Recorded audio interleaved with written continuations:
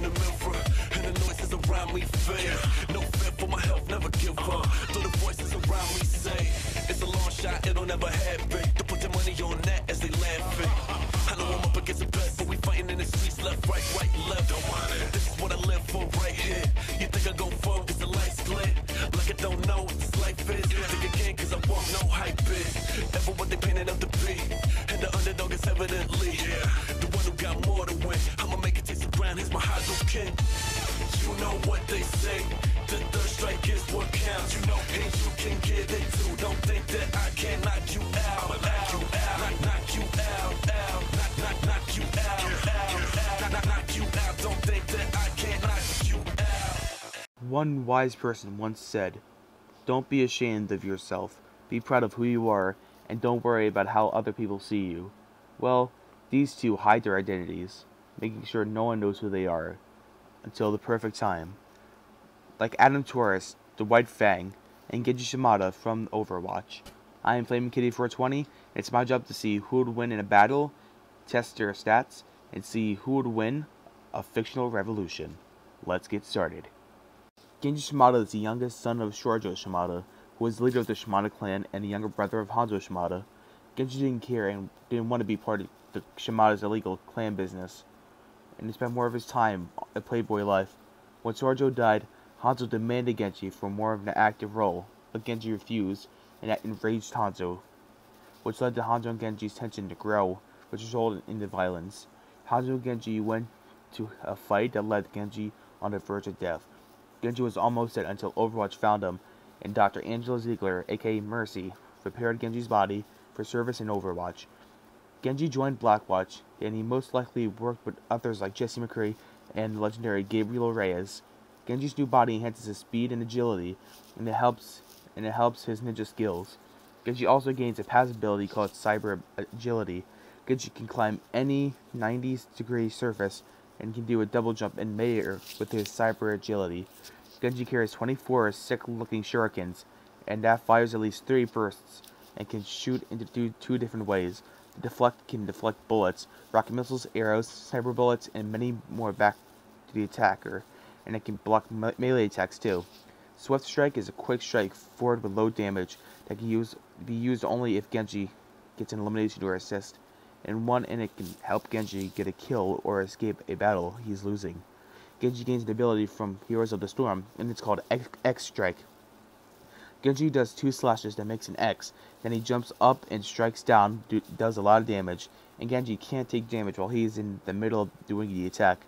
If Genji needs more damage, or really needs a quick kill, he can use his ultimate attack, the Dragon Blade. If Genji needs more damage, he's ready for a quick kill, he can use the Dragon Blade that can do a lot of damage, and it can kill most heroes in a few slices. And the slices can be cancelled with a Swift Strike. Genji can use all of his abilities and his Cyber Agility, and the only downfall is that Genji loses range because he doesn't use the shurikens and he is stuck in melee range. Genji traveled many years, that includes many deserts and other places. He felt at war with himself, and he was repulsed with his mechanical body. He also had some amazing feats. He was able to beat Hanzo by himself. He launched Diablo back at a couple of feet at the Hanamura Bell with the sword swing.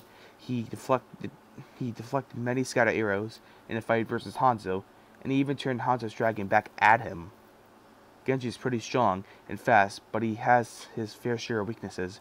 Genji can't deflect energy, electric, or laser attacks, but in the end of the day, Genji is one badass ninja you do not want to mess with.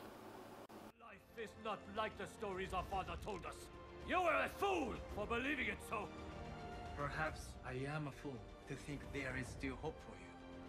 But I do. Think on that, brother.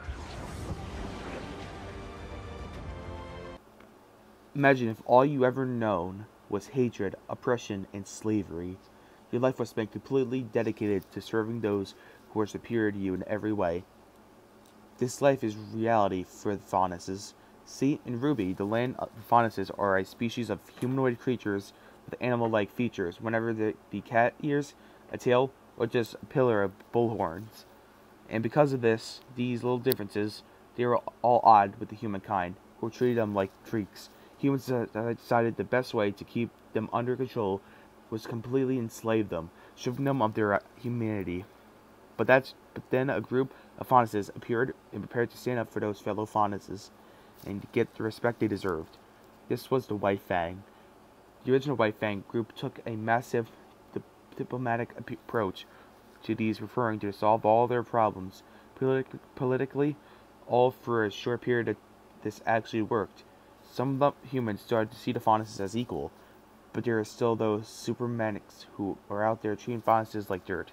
After a long run with some mild success, the original leaders stepped down, allowing a path of new leaders to take their reign. Under new leadership, the White Fang began to take more violent tone towards the actions, becoming more akin to the terrorist group rather than just a political one. They decided not to seek respect, or would be used fear to make the humans see them not just equal but superior. Many Faunuses flocked to the White Fang, and after a incident involving his left eye, he decided to take his anger out on humanity and used the White Fang as an excuse to do so. Adam Torres. Adam is a great fighter. He quickly gained recognition and praise for his actions. This was Adam's first taste of love and recognition. He was first seen something other than a slave, but unfortunately, this wasn't enough for Adam. He wanted more inside. He grew a thirst, insane lust for power. Pretty soon, Adam rose through the ranks of the White Fang and ended up overthrowing the current leader. And he has plenty of tools and weaponry to do so. His primary weapon is a sword called Wilt. He also utilizes his sword harmless brush in battle. Brush doubles as a harness and a sword a shotgun, meaning he can use it not just to mow down his close range opponents, but he can also let him shoot out well at his opponents. He's also infused Wilt into fire dust, allowing him to utilize it in his attacks. While he is never really seen doing so at a great scale, he has appeared to use fire in his strikes and can be reasonably scaled to people like Cinder, who during a fight with Ruby used glass made to dust to launch attacks. It is unreasonable to scale Adam to Cinder. Fire-based attacks those who stem from her semblance, which has been stated multiple times to be different from dust. It is also unreasonable to scale Adam to use of the dust to like Weiss or Winter, as weapons are shown to be unique and specially created. He used multiple types of dust in combat. By scaling Adam to Cinder, it's reasonable to assume that Adam could shoot out large blasts of fire from his sword. But the unlocked full power of his weapon, he utilizes Wilt with his semblance. Adam's semblance is actually quite similar to Yang's, but instead of taking damage head-on, Adam can absorb energy through his sword. While his semblance doesn't increase his physical strength, it does increase his power of his sword strikes and can allow him to shoot out a blast of energy from his sword using any leftover energy he has absorbed through its implied disuse of all of his collected energy, making him weaker until he absorbs any more. This is the power of his semblance, Moon Slice. However, this semblance doesn't absorb any energy from hits he takes head-on. Fortunately, he grants really good blocking attacks from his sword, from giant lasers, beams, to point-blank range shots from Blake, Baldana. Fortunately, he also has a backup defense, his aura, an invisible shield, linked to a person that can be used to Blake block attacks and meter his wounds. It also was worth mentioning that Adam's semblance is linked directly to his aura and uses his semblance to drain his aura, especially when he absorbs larger and more powerful attacks. Also, even with his aura, he still feels the full force of any attack that hits him head-on. Plus, enough force will completely drain his aura, leaving him defenseless. But when you're skilled enough to take out a whole base of army soldiers, durable enough to absorb energy to completely disintegrate his giant spider robot, and fast enough to move faster than the eye can see, and just a complete badass through and through, it's not going to be easy for you to wear your opponent down. Adam is still one of the deadliest warriors out there, and if anyone who faces him, better be careful. Until you get stabbed by Blake Yang and die. What a waste of potential. Hurt me long before we met. All sorts of people in all sorts of ways. But no one hurt me quite like you. You didn't leave scars. You just left me alone. Now that we analyze these two combatants, let's see who would win in a fight. Before we get to that, I would like to thank Speedy the Assassin this amazing animation. He did a good job, and if you want to, or you should, go subscribe to his channel in the link below. But for right now, it's time for a fictional revolution.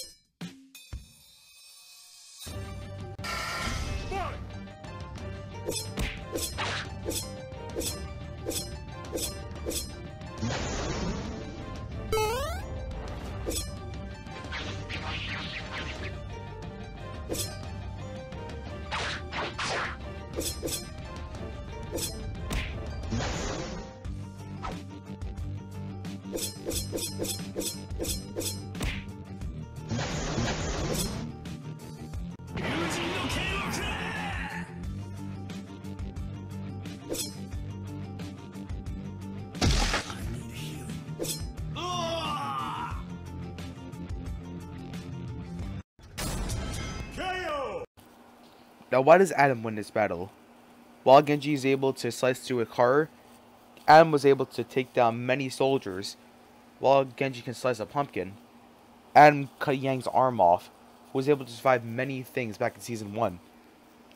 And while Genji was holding his own against Diablo and Hanzo, that was not enough when one time Adam fought both Blake and Yang and almost won, until he got stabbed. But overall, this was not a fight Genji could win. Adam was just faster, stronger, more durable, more experienced, and overall the better fighter of the two. Looks like Genji Ryuji no Kino can't get a victory. The winner is Adam Taurus. The raid on Haven's gonna be more complicated than we thought. Don't worry, nothing will stop us now. It's time I got what I deserved.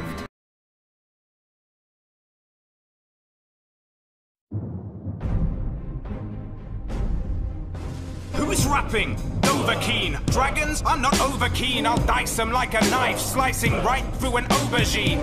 My dragon shout flow is sweeter than a soda stream. You won't believe your eyes, I'm like an overload of dopamine. A broadsword in one hand and a magic spell in the other. I'm the last of the dragonborn, there's no other, my brother, so run for cover.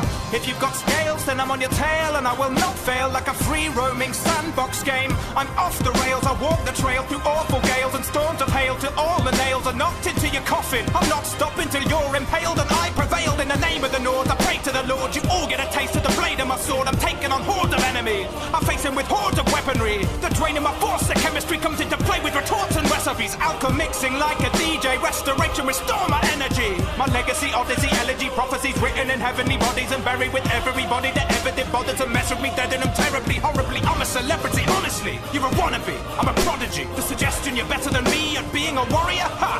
Comedy. It's a gift to me. I don't just spit flames lyrically, but literally. And the Elder Scrolls are scripts in which I've written your obituary. I am the Dragonborn, wearing a hat with badass horns. I'm Dovahkiin, globally, you're nobody at all.